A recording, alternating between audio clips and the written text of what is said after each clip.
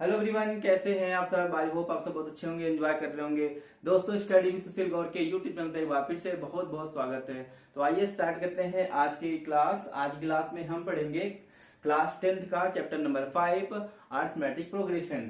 यानी कि यहाँ पे हम इसको शॉर्ट टर्म में क्या बोलते हैं, एपी भी बोलते हैं, ठीक है ना। तो समांतर श्रेणी हिंदी में इसको बोलते हैं। अभी समांतर श्रेणी क्यों कहलाती है इसको समझते हैं थोड़ा सा। हमारे पास एक एपी है, वो है मान लो 2 4 6 8 9, ये ऐसे चल रही है।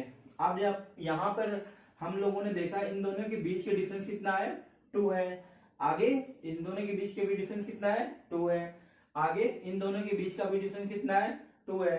पर क्या इन दोनों के बीच का डिफरेंस क्या है, 2 है नहीं ना, इसका बीच का डिफरेंस कितना है, 1 है, ठीक है ना।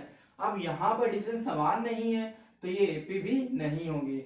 तो फिर क्या होगा, ये एपी बिल्कुल नहीं होगा। तो एपी के लिए क्या करना पड़ेगा, ठीक है, यहाँ पे हमें क्या करना है, 10 होना चाहिए। हमारा जो एपी में क्या होना चाहिए, 10। तो डिफरेंस क्या हो जाएगा, समान।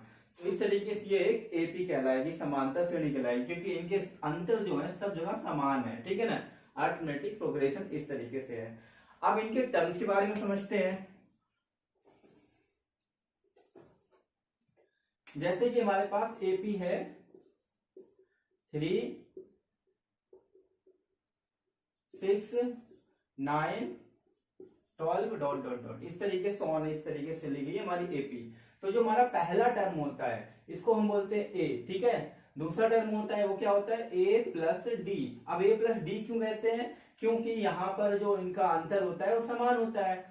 सब अंतर समान होने की वजह से डी सब जगह जुड़ता जाएगा। ये पहला टर्म है तो ए लिखेंगे, दूसरा टर्म है तो ए प्लस डी लिखेंगे, तीसरा टर्म है तो क्या लिखेंगे, ए प्लस 2d।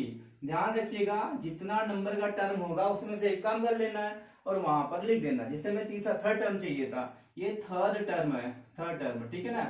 तीसरा टर्म चाहिए था तो इसमें हमने एक कम किया और डी लिख दिया, यानी कि 2 इंटू डी, ठीक है। और डी क्या है हमारा, जो डी है हमारा, देखो यहाँ पर सब जगह सेम होगा, 3 3, ठीक है ना। तो डी क्या हो जाएगा, 3।